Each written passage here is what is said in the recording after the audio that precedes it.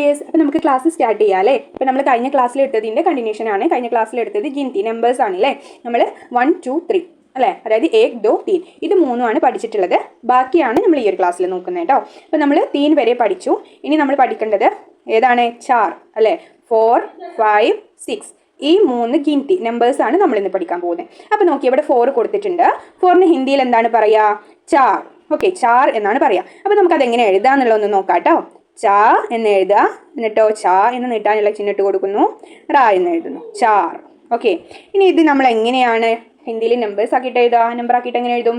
നോക്കി, ഇവിടെ കൊടുത്തിട്ടുണ്ടല്ലേ, വലുതാക്കി കൊടുത്തിട്ടുണ്ട്. അപ്പം നമുക്കതൊന്ന് എഴുതി നോക്കാം. ചാർ. ഓക്കെ, ചാർ എന്ന് എഴുതുന്നത് ആദ്യം എന്ത് ചെയ്യണമെന്നറിയോ?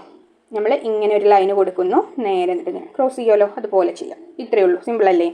നമ്മൾ റ് എന്നൊക്കെ ഇങ്ങനെ എഴുതാറില്ലേ, റ് അതേ രൂപത്തിലാണ് കേട്ടോ എഴുതേണ്ടത്. കണ്ടോ, ഇങ്ങനെ സിമ്പിൾ അല്ലേ 4 എന്ന് എഴുതാൻ? ഓക്കെ, ഇങ്ങനെയാണ് 4 എന്ന് എഴുതാം കേട്ടോ.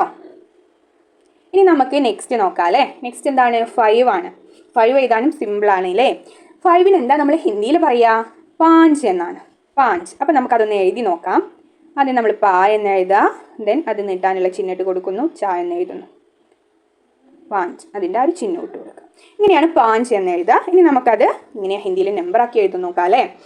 അപ്പോൾ ഇവിടെ ഇങ്ങനെ എഴുതിയിട്ടുള്ളത് നമ്മൾ 4 എന്നൊക്കെ എഴുതാറില്ലേ, ഇങ്ങനെ നമ്മൾ 4 ഇടാറില്ലേ, അതുപോലെ ഹിന്ദിയിൽ എഴുതാം കേട്ടോ.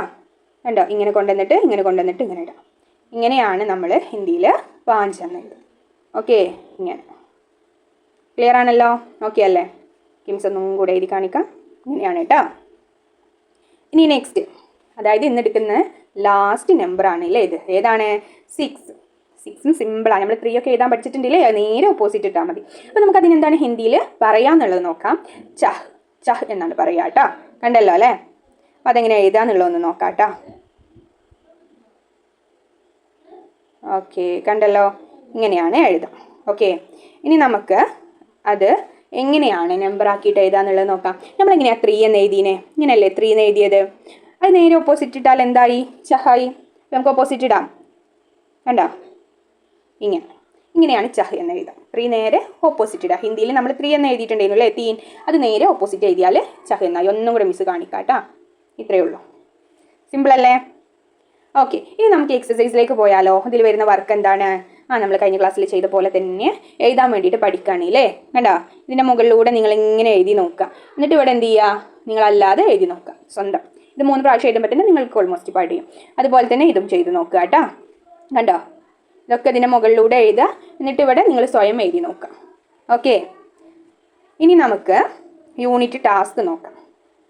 നോക്കിയേ, ദിയേ ഗയേ അങ്കോം കോ ശബ്ദോ മേം ലിഖിയേ. നമ്മൾ കഴിഞ്ഞ ക്ലാസ്സിൽ ചെയ്ത പോലെ തന്നെയാണല്ലേ. ഇതിൻ്റെ എല്ലാം ശബ്ദം എന്താണെന്നുള്ളത് ഹിന്ദിയിൽ എഴുതാണ്. അപ്പോൾ നമ്മൾ 4ന് എന്താ പറയുക? 4ന് ചാർ. അപ്പോൾ ഇവിടെ ചാർ എന്ന് എഴുതി കൊടുക്കാം. ഓക്കെ, ചാർ. 5ന് പാഞ്ച്, പാഞ്ച്. ദെൻ 6ന് എന്ത് പറയും? ചഹ് അല്ലേ, ചഹ്. അപ്പോൾ അതും നമ്മളിവിടെ എഴുതി കൊടുക്കുന്നു. ഇത്രയേ ഉള്ളൂ കേട്ടോ. ഓക്കെ അല്ലേ ഇത്? ഓക്കെ, അപ്പോൾ ഇനി ഇതിൻ്റെ ഒരു പാർട്ടും കൂടെ ഉണ്ട്. അതോടുകൂടി ഈ ഒരു നമ്പേഴ്സ് കംപ്ലീറ്റ് ആവും കേട്ടോ. അത് നമുക്ക് നെക്സ്റ്റ് ക്ലാസ്സിൽ എടുക്കാം.